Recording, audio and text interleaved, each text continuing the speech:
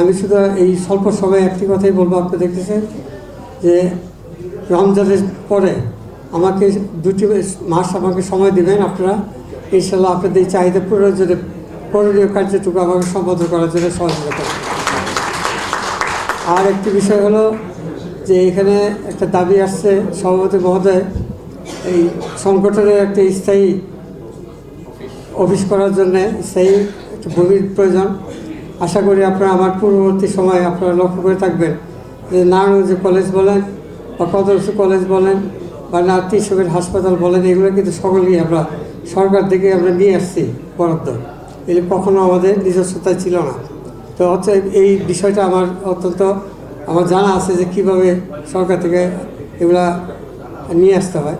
তবে আর এই নগরবাসীর যে বিষয়টা আছে চাহিদা পূরণের বিষয়, আপনারা জানেন যে এই সিটি কর্পোরেশন হওয়ার পর থেকে আমাদের বিএনপি সরকার কিন্তু কখনো এই মতো ক্ষমতাশীল ছিল না। অতএব নগরবাসীর যে চাহিদা এটা পূরণ করার জন্য কিন্তু আমরা কখনো ক্ষমতাবান ছিলাম না।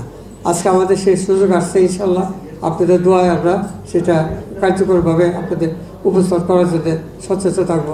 এই দৃঢ় বিশ্বাস আপনারা আমার উপরে আস্থা রাখতে পারেন।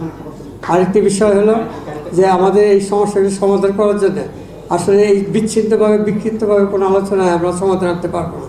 এটা আসলে একটা টাউন প্ল্যানিংয়ের দরকার আছে। আমাদের নগর পরিকল্পনার জন্য আমাদের একটি প্রতিষ্ঠান করা দরকার, যেটা শহীদ রাষ্ট্রপতি জিয়াউর রহমান সাহেব একসময় করেছিলেন। টাউন ডেভেলপমেন্ট কমিটি একটু করেছিলেন, যার মাধ্যমে terminal, bus terminal, central terminal, Zia হল ইত্যাদি তখন প্রতিষ্ঠা লাভ করেছিল। আমি আমার ধারণা মতো আমি ইতিমধ্যে জানতে সক্ষম হয়েছি যে একটি প্ল্যানিং স্তর অবস্থায় চলে আসছে নারায়ণগঞ্জটাকে। আমরা আশা করি নগর পরিকল্পনার বিষয়টিকে সমন্বিত করে আমরা আমাদের যেহেতু প্রশাসক এখন আমাদের দলীয়, সিটি কর্পোরেশন প্রশাসন যেহেতু আমাদের দলীয় এবং সরকার আমাদের নিজস্ব, অর্থাৎ আমি যেহেতু আপনাদের জনপ্রতিনিধি, আমাদের সমন্বিত প্রচেষ্টার মাধ্যমে ইনশাল্লাহ আস্থা রাখতে পারেন এগুলো সমাধান করার জন্য যতটুকু সাধ্যে আসে আর তত জবাবদিহিমূলক পর্যায়ে আমি দিতে সক্ষমতা রাখি। এটা আমার আস্থা নিজের উপরে আছে। ধন্যবাদ আপনাদের সকলকে। আগামী দিনের শুভ